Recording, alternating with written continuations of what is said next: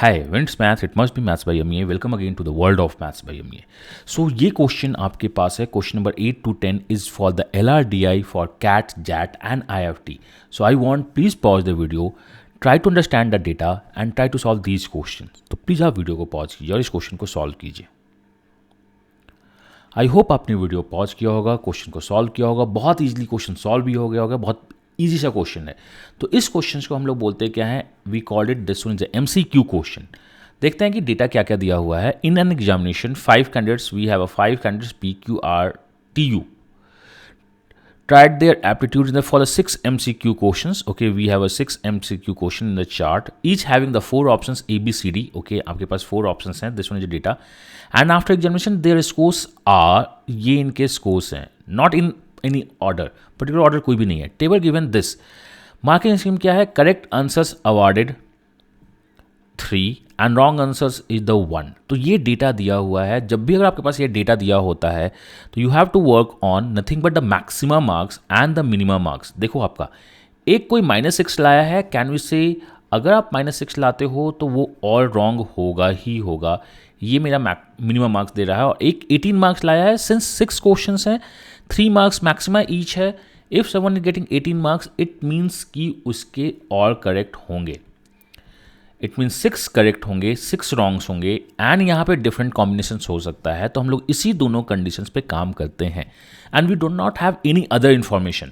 तो मैं बोल सकता हूँ ये जो क्वेश्चन है ये बाइनरी लॉजिक का एडवांस वर्जन का क्वेश्चन है कि मुझे चेक करना होगा 1 by 1. तो मैं मानता हूँ पहला एजम्पशंस कि P के सारे मार्क्स क्वेश्चन सही हैं. तो चलो P के क्वेश्चन सही हैं तो ये सही है, अगर ये सही है तो ये गलत है, ये सही है, ये गलत है. हमें रैंडम चेक करना है. ये सही है, ये गलत है, मीन्स ऑप्शन नंबर C सही है सेकंड का, ये सही है, ये गलत है. बोलोगे इस तरह रैंडम चेक करेंगे? हाँ, इस तरह से आपको रैंडम चेक करना है. अगर D सही है थर्ड का ऑप्शन तो ये गलत है, ये गलत है, ये गलत है, ये गलत है. A अगर आपका सही है तो ये गलत है, ये सही है, ये गलत है, ये गलत है, बिकॉज फोर्थ का ऑप्शन A हमने मान लिखा है. 5 का ऑप्शन अगर C सही है तो ये सही, ये सही, ये गलत, ये गलत, ये मुझको पता है. 6 का ऑप्शन अगर B है, 6 का ऑप्शन B है, इट मीन्स मेरे क्या है, B सही है, D गलत है, D गलत है, D गलत है. मैंने प्रिज्यूम किया कि P के सारे क्वेश्चन सही हैं. अगर इसके सारे क्वेश्चन सही हैं तो यहाँ 6 करेक्ट है एंड 6 करेक्ट मीन्स 18 मार्क्स ये लेके आ रहा होगा. यहाँ देखो सारे गलत हैं, इसका मतलब -6 मार्क्स ला रहा होगा.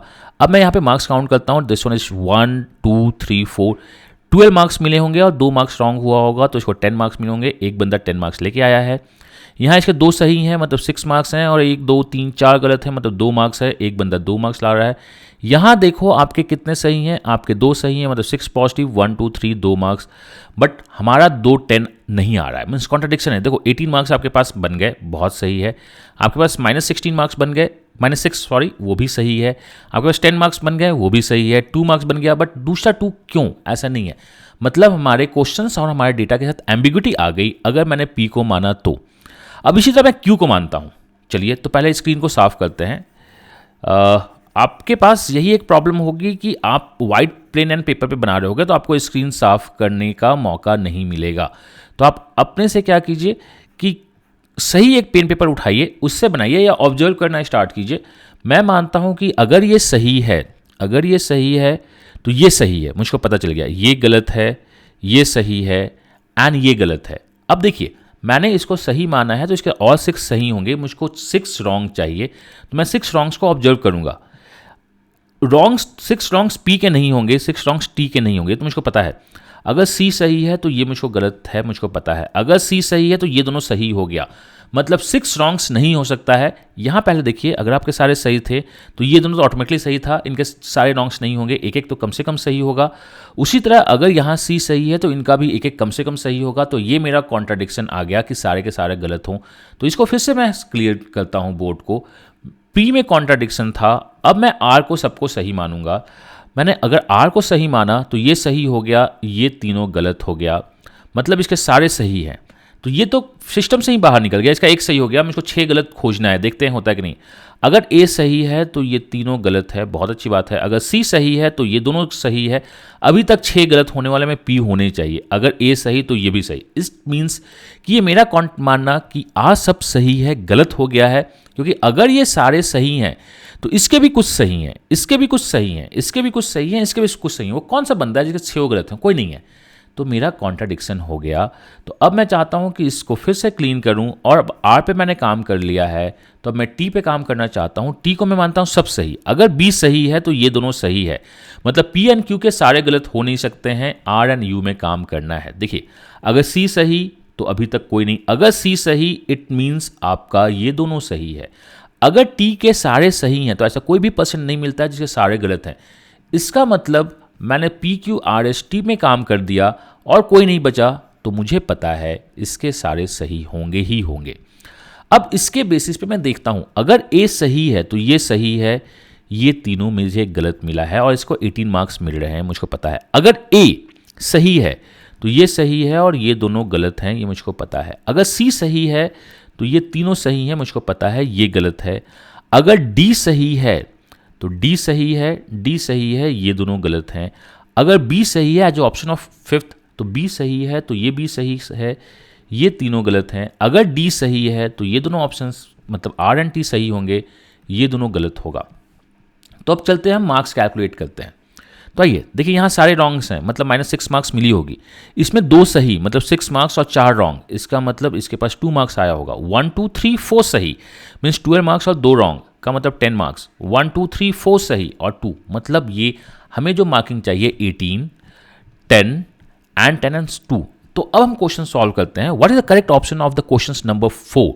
क्वेश्चन नंबर करेक्ट ऑप्शन इसके हैं। क्वेश्चन नंबर 4 का ऑप्शन क्या है? डी। हाँ सही है, 4 का ऑप्शन डी, बिकॉज इसके सारे सही आए हैं। Who scored -6? P scored -6। Who top the examination? अब इसका क्वेश्चन देखिएगा, who top the examination in an examination, क्या ओनली 5 कैंडिडेट्स वर्ड लिखा है? ओनली 5 कैंडिडेट वर्ड नहीं लिखा है, मतलब P Q R T U के अलावा भी कोई ना कोई और एग्जाम दे रहा हो सकता है, कैन बी हो सकता है। तो अगर ओनली वर्ड नहीं लिखा है तो इसके अलावा भी एग्जाम दे सकता है। और यहाँ पे अमंग नहीं लिखा है कि among the given options. So answer is, मुझको नहीं पता कौन एग्जाम में टॉप किया है। हो सकता है 2 लोग टॉप कर रहे होंगे, इधर यू और 2 लोग टॉप कर रहे होंगे, मुझको पता है। तो इसका जो आंसर होगा who top among all, answer is U. But we can't say कि एक्चुअली टॉप कौन किया है, तो हो सकता है एक से ज़्यादा लोग टॉप हों। तो इसका आंसर होगा can not be determined due to the grammatical error of the only question. तो ये सेट थ्योरी की तरह काम करता है। अगर आप बोलो ये आपका एक आंसर हो सकता है, but official answer is can not be determined who topped, and topped के साथ द नहीं लिखा, हु अमंग द टॉप, ये सब नहीं वर्ड लिखा होता है। तो मैं नहीं बोल सकता हूं कि ओनली ये 5 लोग एग्जाम दे रहे थे, एग्जाम्स बाकी भी दे रहे थे। So answer is nothing but D, answer is nothing but P, answer is nothing but can not B से।